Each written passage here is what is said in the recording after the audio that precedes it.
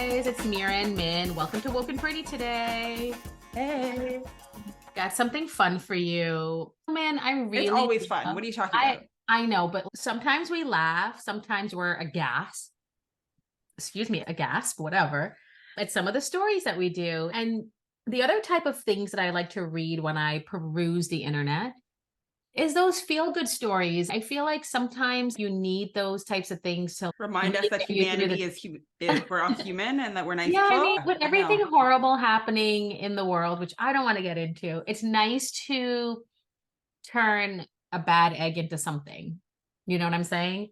So I think for this episode, we're going to talk about this really cute story I found online, guys. It just happened. Today it was published on People Magazine. Actually, yesterday. Look, People Magazine is also struggling to find things to talk about this week, apparently. Everybody's talking about Travis. Sometimes I like talking about celebrities, but sometimes it's nice when we don't have to talk about celebrities. Let's be real. Agreed. The only thing happening in the celebrity world right now is the Friends cast and their reactions to Matthew. Oh, yeah. They finally, one of them did a special post. Talk about that. That makes me sad. There's sadness. Wait, before we dive into the Friends story, I'm going to give No, Meera I don't want to talk update. about it. Sorry, not the Friends story, but a feel-good story. I'm going to give Meera a quick update. I watched Mean Girls last night, as per your request. And it was a really good movie, but a part of me, like, watching it now felt very triggering about how it was like in high school. That's because you're also a parent. I know. It makes a difference. You look at it very differently as a parent. When I look at them doing the Jingle Bell Rock moves, I'm like, no, you will not do that. But back then, I was like, that's so cool. Yeah. But after I watched Mean Girls, we watched 17 again. Oh, God, I love that movie. I know, right? Matthew Perry. But he was only in it for 10 minutes. Do you know he was going to do a life story and he had asked Zac Efron to play him? You didn't know that? No. Yeah, because he had his book, and so he wanted to do a movie about it. I wonder if Zac Efron would do it now. I think Zac Efron had said yeah, but it just hadn't gotten to that point. It's going to get to that point now. Somebody's going to want to do it. Even Maybe. A Lifetime movie. Ooh. If Zac Efron's in it, it's not a Lifetime movie. It's a Netflix movie. Let's be real. Also true. Yeah. All right. Let me talk about this cute little story. Okay. It's like a minute long, guys. It's about a loyal dog being reunited with her family, after surviving for 10 weeks next to the owner who passed away during a hike. Oh. It makes me so sad. Anyway, so this dog, her owner was 71 years old. They went on a hike. And they went on the hike on October 30th. Oh, dang. I know. So anyway, they're in Colorado. The dog spent 10 weeks in the wild waiting to be reunited with her family. It's a cute little Jack Russell Terrier. We'll tag the notes. It's a hunter. A local hunter found the body and found the dog. The dog stayed with the body. I love animals. Why do we mistreat animals? That's so cute. Dogs are, if you've never had a dog, you don't know what you're missing out. But basically, wherever he was trying to hike, wherever the owner was trying to hike, something must have happened. He died of hypothermia, and the dog stayed with this body the entire 2 weeks. And there was thousands and thousands of hours that were spent looking for him and this dog. And of course, when you're in Colorado in the wilderness, like, it could be anywhere. I'm surprised, especially for, it was a Jack Russell Terrier, you said? Yeah. They're like cougars and like bears. How long was this dog beside the body? You said 10 days? I don't even know what the starving too. It must have been so sad. I don't know if it was in good health. The veterinarian checked it out or checked her out. What did it eat? Oh, I always see those videos. It's true. I always see those videos of, I'm sure you've seen them too, of the dogs who did service with somebody else, especially when they're in the military together. And then their handler passes away and they're lying by the grave. Oh, like, those are so sad.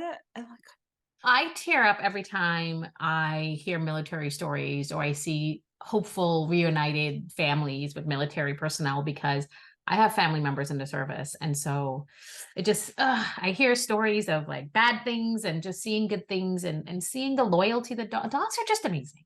Mm-hmm. I'm not getting a dog for a long time. My dog died last year. He was 16 years old. My grandmother had him for the longest time. I let her keep him when she moved to Florida because my grandfather had, long story, guys, but my grandfather had passed away. He had lung cancer.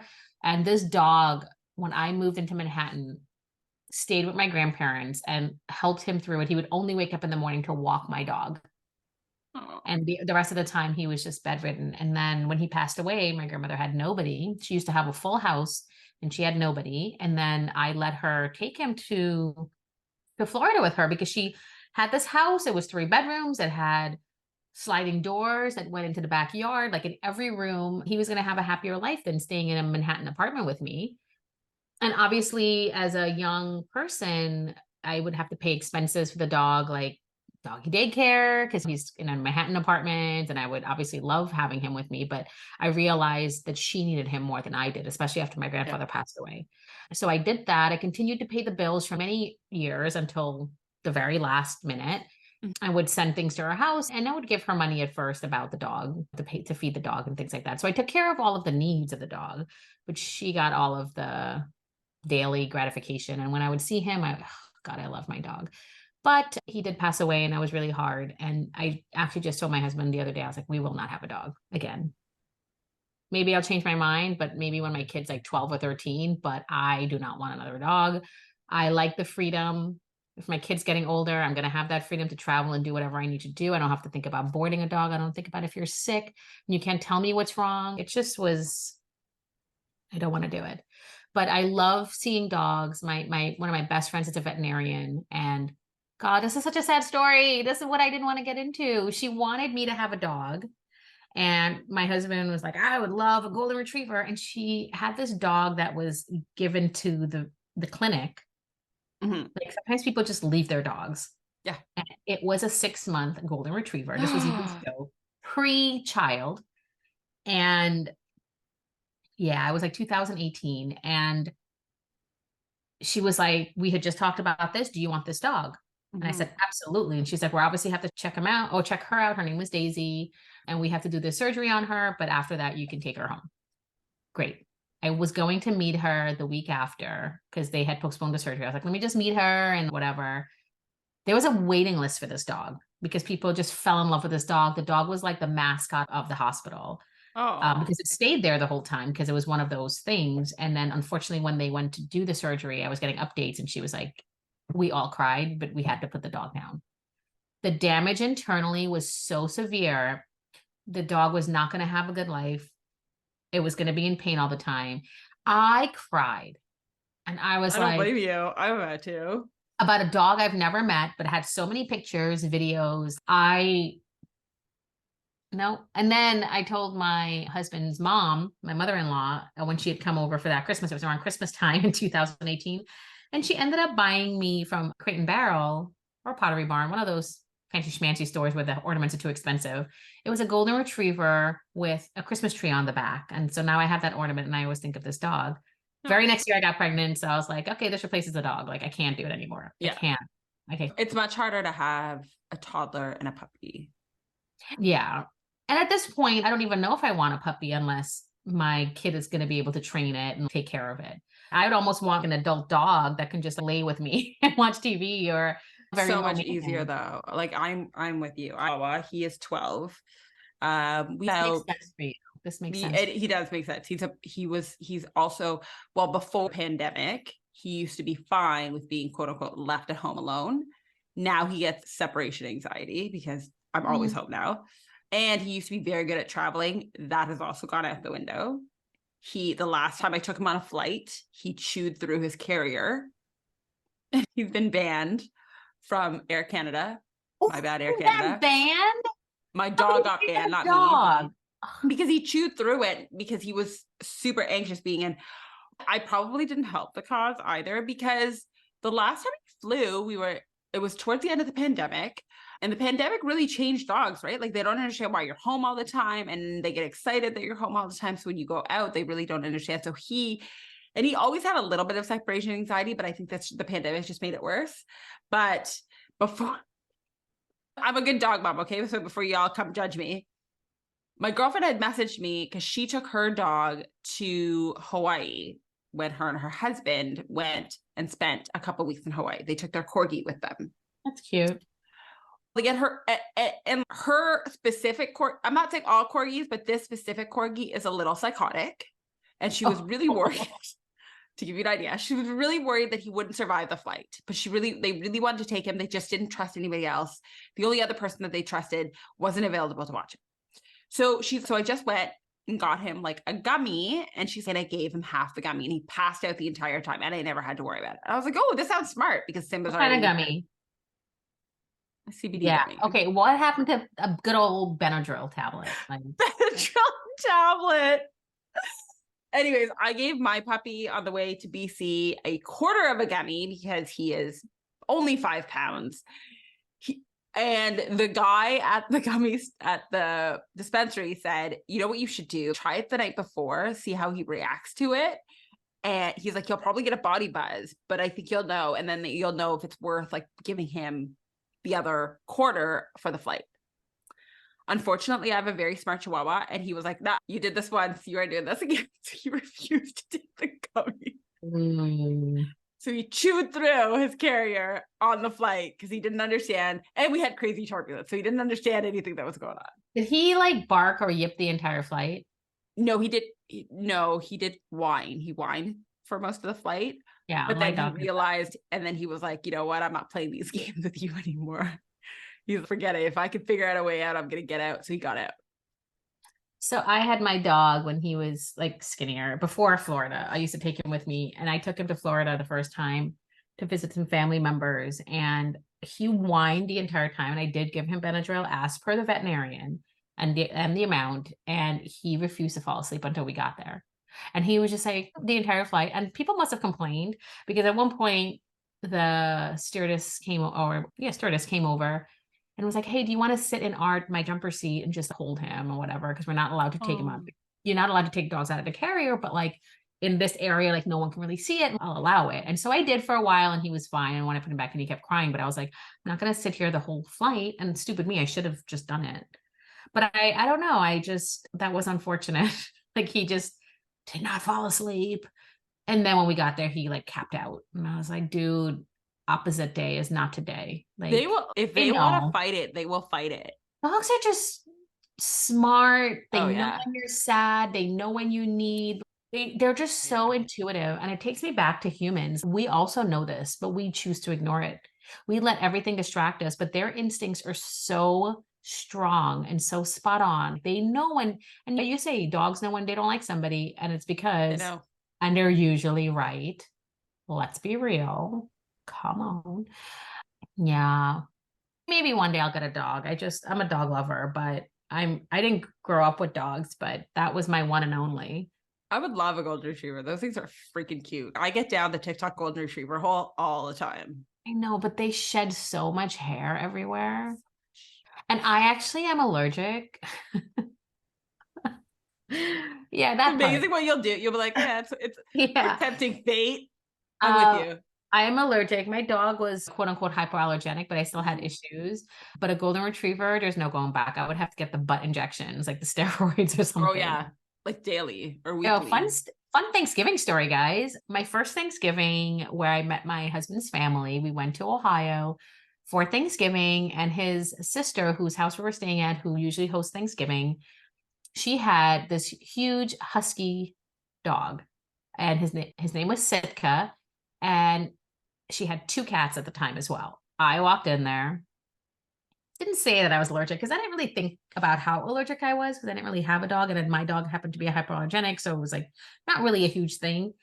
Dude, I could not breathe after the first day, and she had vacuumed and everything. After the first day, I had to she's a doctor. I had to go into her medical practice and get a steroid shot. And let me tell you something. She's okay. And then she like looked at me and she's going to have the nurse do this because you get it on your butt. Yep. Yeah. So she had her nurse come in and do it for me because she was about to do it. And she's, oh, wait. They're not comfortable, eh? Like those shots. I've never had them except for that time, but it made a world of difference. It made a world of difference. And I walk with allergy medicine when I go to when I travel and stuff because I have to. I also am deathly allergic to certain fruits, and I need to have certain places when I travel. Me too. Yeah, you got to carry that EpiPen in tropical places. You don't know what they do with those tropical fruit. They also don't understand what allergies are, right? If you ever go, like anybody who goes to Thailand and you tell me you have a peanut allergy, they literally will look at you and be like, we don't understand what you're talking about. Peanuts are in everything. Good luck surviving there. Wow. You don't have a peanut allergy, do you? No, I don't. But I will say that when I first went back home to Thailand, I was starting to develop my pineapple allergy. And Are you allergic to pineapple? Yeah. Me too. Okay, hold on though, girl. You might be only allergic to the Hawaiian ones. Those are very different than the Asian ones. No, all of them? No. Oh, okay. Then never mind. Because I go back home and I can have the pineapples there and I'm fine. What do you mean you're fine? Okay, what happens when you have Hawaiian pineapples? And could it be you're not allergic to pineapple, but you're allergic to whatever they put in them? Yeah, it's probably like the GMO and like the growth. Yeah, it's the soil, even sometimes the pesticides, whatever they're doing to their pineapple specifically. But like my tongue will swell up and then my whole lip will swell up and then I'll not be able to breathe. And it happens relatively quickly. Yeah, same girl, same. Wow, look how alike we are. I've never met someone with pineapple allergy. Don't they make fun of you too? My girlfriends who are ethnic will make fun of me. They're like, how's an ethnic girl? This grows back home. And I was like, yes. But back home, they're tiny. They're like this big. They look like apples. I will never test it. It's very different when I go back home. Because when I went back home and I was telling my mom I was starting to develop this allergy, I was like, after you even tested that. And she said she was honestly like, you know what it probably is? It has nothing to do with you being allergic to pineapples. You're probably allergic to the Hawaiian ones. She's like, take a small bite of this one. I have Benadryl in my purse. If worse comes to worse, we'll go take you to the hospital and we'll go get you a steroid shot. Nothing happened. Nothing. Same with jackfruit. So if I get jackfruit at the store here and it's already peeled and all that stuff, I will get very sick. Within a matter of an hour, I'll start throwing up. Wow. But if I go home and my cousins pick up jackfruit and they cut it open right in front of me and I eat it, quote unquote, right off the vine, I'm perfectly fine. So something happens along the transport time because they have to pick it so early. And yeah, don't tempt it, but definitely it might be that one thing. Yeah, I don't think I'm gonna attempt. I've had the reaction for a really long time growing up, which is in the Caribbean, so I know it's fresh. And then when I came to the US, obviously I always had it. I always got itchy and weird. And as time went on, it just got worse and worse. And then when I was in college, and I'll never forget this, it was my sophomore year into junior year, I was spending time in upstate New York, and I was at my boyfriend's family's house, and I was with his brother, who I was close to, and literally cut up an entire pineapple. It could have been a Hawaiian pineapple. I don't know, probably. And we're eating it. And I was like, your mouth, when you eat too much of it and your mouths get itchy. And he was like, no. And I was like, yeah. And your tongue gets itchy and it starts swelling up. And he goes, what? And he literally got up, slapped it away from my hand. He was like, you're effing allergic. And I was like, oh my God, that's what? So funny. I love that. Isn't that so funny? That's exactly what I said to my sister. And I was like, I didn't know what an allergy. Don't you get that like itchy, tingly feeling? And she was like, wait, what? And I was like, yeah, like when you eat a pineapple and then your tongue starts to get like weird. Your sister, the nurse. Like, yeah, my sister, the nurse. And she was like, no, Min, that's an allergy. And I was like, is it? No, pretty sure. Yeah, no, it was. That's what you think is supposed to be fair, I've had it all the time. So I didn't know any difference. Yeah. And allergy is not a thing where I come from. So anyway, as time has gone on, one of the breaking points in my relationship when I first started dating Greg, and I really thought I was going to break up with him, was I thought that he deliberately lied to me about pineapple being in a smoothie he was having. Meanwhile, it was his smoothie that he ordered. Oh God. It got delivered. This is Manhattan, so you get everything delivered. It came, got delivered. I took a sip of it. Okay, I took a sip of it, and then I accused him of trying to poison me or kill me. And he was like, no, there's no pineapple in this. And I looked at the smoothie he ordered, and sure enough, it did not have pineapple. And I was like, I don't know what to tell you. I'm having an allergic reaction and you caused this. But it obviously is the place's fault. Maybe they touched a knife or something. It's that sensitive. Long story short, that same week, I realized I was allergic to kiwi as well. Mm-hmm. It's the same oils. Yes, exactly. But I used to buy kiwi, slice it in half and just like scoop it out with a spoon, eat it like that, like no problem. And all of a sudden I couldn't eat it. And I had the same reaction. I was like, oh, and I went back to that same menu and sure enough, there was kiwi in there. And I was like, damn it, he was telling the truth. I guess I'm glad I didn't break up with him. But oh yeah, actually, your whole life would have been torn to crap right now. I know, but the pesticide situation or whatever they put in there, I've had some allergic reactions to cantaloupe and some other fruit fairly recently, and I've never had reactions to those before. And I think it's because of that. I think it's We are what they changing how we grow our food. Yeah. And the what we're taking out of the ground isn't necessarily being put back into the ground, right? So to do that, we have to artificially put that stuff back into the ground to make sure that we're getting the same produce that we used to get before. Unfortunately, doing so is not what our bodies are meant to do. Like, we're not meant to break down all of those chemicals. So yeah, I'm gonna say that us and the next generation are going to develop newer allergies that we probably didn't know would have existed. Yeah, for sure. Look at how we consume things. Anyway, yeah, so look at you. I've never met somebody with my pineapple allergy. Look at us. Yeah, All right. Kiwi too. I'm allergic. That's funny. Kiwi, because it's the same Oh oils. my, it's the same. It's the same. We are, guys, just a reminder, Min and I have never met each other physically. No. We met online and we're doing this podcast. How funny. It's like we were meant to be. It's true. Wow, look at us. So funny. We're awesome. I know. This was a feel good episode. I don't know if I feel good about having an allergy and now that the world who listens to this know how to kill me. But I will say I'm glad it is something like that. And I live in a place where that's not always around. Peanut allergy, a tree nut allergy, I was really scared to have a kid in this world and maybe they would have that. That is so scary to me. I read about people with egg allergies and like they would get pizza and like they would have egg wash and like I've heard about a guy dying in the train trying to get home because he's stuck on a train and he basically died after a night out in the city because he got a slice of pizza with his friends and it had egg wash on it. Yeah. Like, you know what else I found that like people didn't know about? So if you don't know this, guys, the EpiPen doesn't save your life. So if you have to jab your friend with an EpiPen, it literally only buys your friend time to get to the hospital. Yeah. For another injection. No, but it does save their life because it creates that chemical that you need to open up the airways. Yes. But it doesn't necessarily quote unquote stop it. Yeah. Which means it's only buying you time to get to the hospital. So really, the minute you jab somebody, you need to call 911. Preferably, you still got to call them. I carried an EpiPen around with me when I went to Fiji and like when traveling to New Zealand, different places I carried around. I don't have one now, and I actually feel like I need to get one. But here's my question that I'll ask you as a mom. My kid doesn't have an allergy, but I feel like I should have one just in case around. No, you probably know this too, but the first time that the allergy develops isn't necessarily life-threatening. It's your body has a mechanism to show you what you're allergic to. Is that a fact? That makes sense. Yeah. So for instance, if he got stung by a bee, the first sting would be worse than what if somebody else got stung by a bee, for sure, so that it shows that his body is allergic to the bee sting, but he wouldn't necessarily die from said bee sting. My husband has suggested that we take our 3-year-old to the allergist and have him tested. And I was like, you know what that test is though? I did that before.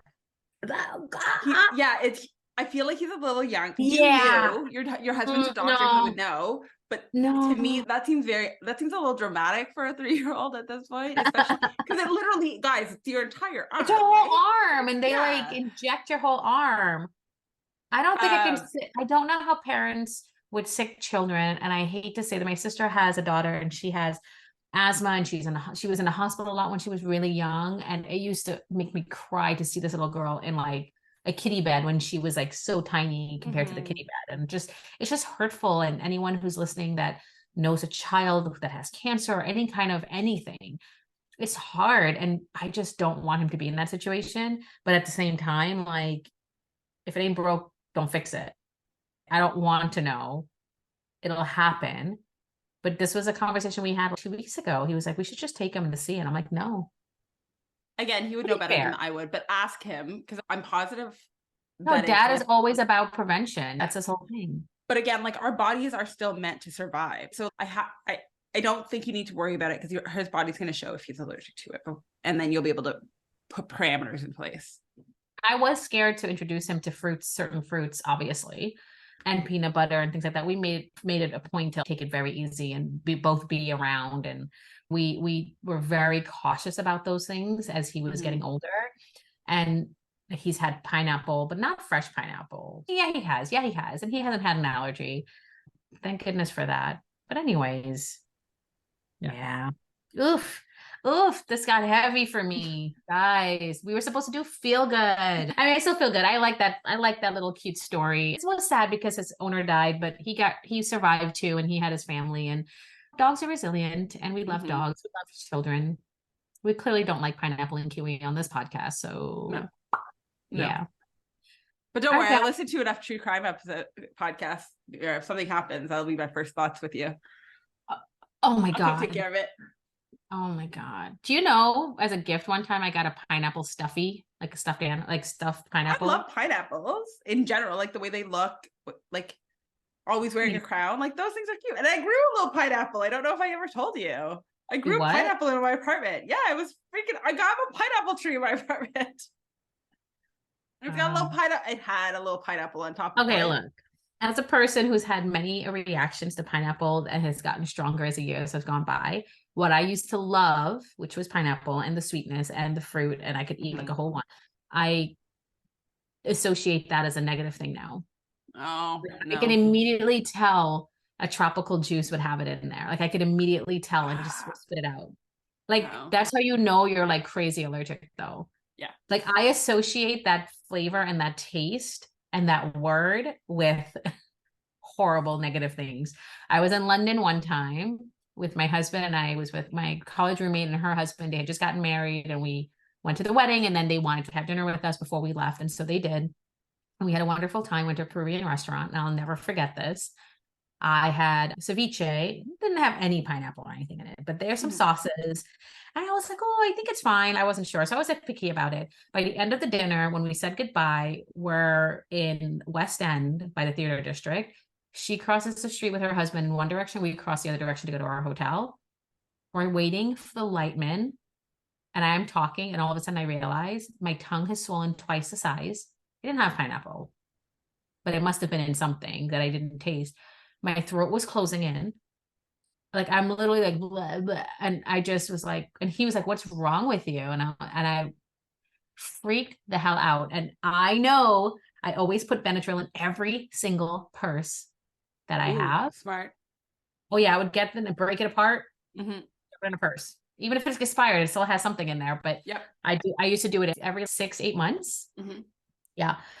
I had a purse with me, and I was like, there has to be a Benadryl in here. But there was a Boots, which if you've been to London, that's their pharmacy basically. Yeah. Or like a convenience store or whatever. And so I go in there and I look everywhere, and I start to panic. And he went and he asked, and they did not have allergy medicine. I sat on the floor, emptied out my purse, emptied out everything in that purse, literally turned it upside down, trying to find, and I found one. Shoved it in my mouth, put everything back, people looking at me like I'm crazy. And then he was like, what do you want to do? And I was like, I'm about for you to figure out how to call an ambulance. I need to know the number. Ever since then, I've never not known the number of the emergency services in a country that I've been to because of this situation. So we went to a payphone. Meanwhile, I'm still feeling this. It's getting worse. The Benadryl, I'm like, I don't know if it's going to work at this point. And I have the number. There's a phone right here, like we can call. So just tell me when. And I was like, I need to give the Benadryl a minute. Like I need to let it work. So we went and sat in a restaurant. This is the part that gets crazy. The restaurant was closing, but they let us sit. He ordered a slice of cheesecake and I had water. And I'm sitting there watching him joyously eat this cheesecake while I'm like trying not to panic. That's how you know you're marrying a doctor, guys. Oh yeah, because he's like, I got this. Don't worry, she's not gonna die on my watch. Do you know what he said to me after we literally? He probably said, "You won't die on my watch." No, he was like, "No, I just would have cut your throat open." Oh my God. Okay. And I was like, "What are you, Grey's Anatomy? You're not a surgeon." And he was like, "Yeah, but how hard is that? I just have to give you room to breathe." So he was like, "I would have just cut your throat open," which is why it was good that we went to the restaurant. What? my God. This turned dark fast. I was like, but what would you have used? He was like, if I had to, it would have been a pen. Knife. Vodka. He said it would have been a pen that was in your purse, or we're at the restaurant. I would have gotten a knife. Oh, this is why he was calm, but he's never done this before, I'm assuming. But he's like, how hard is it? It's just hard. No, he's had some form of it before. Yeah, he's done surgery. They have to expose them to it, right? Even still, like dramatic. That's some serial killer shit. Anyway, guys, I married it. And I survived. The Benadryl worked. I survived. Mr. Greg, I'd like you to know that if my girl goes missing, you're suspect number 1. Oh my God, you don't want to hear what he says about things like that. If I ever had to kill a person, I'm a doctor. I know how to kill it where they wouldn't detect. I don't think listen, they all think that, right? They all know that they can, this is why they take the Hippocratic Oath.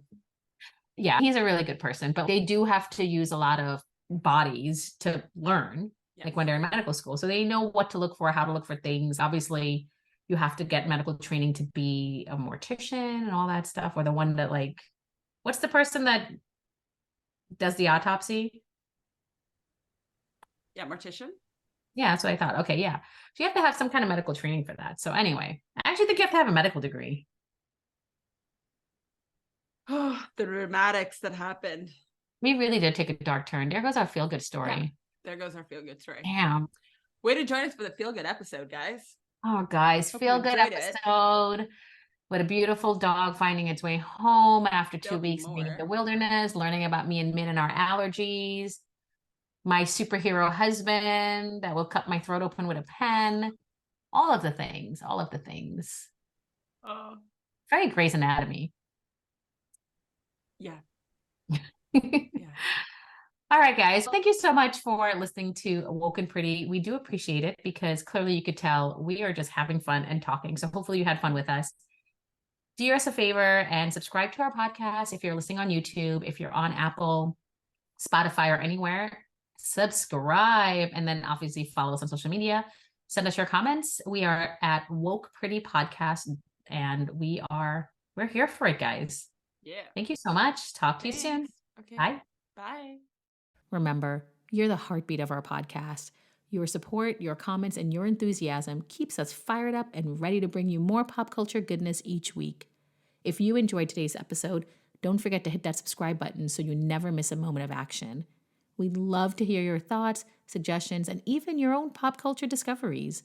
Connect with us on social media at Woke and Pretty Podcast on Instagram, YouTube, and TikTok.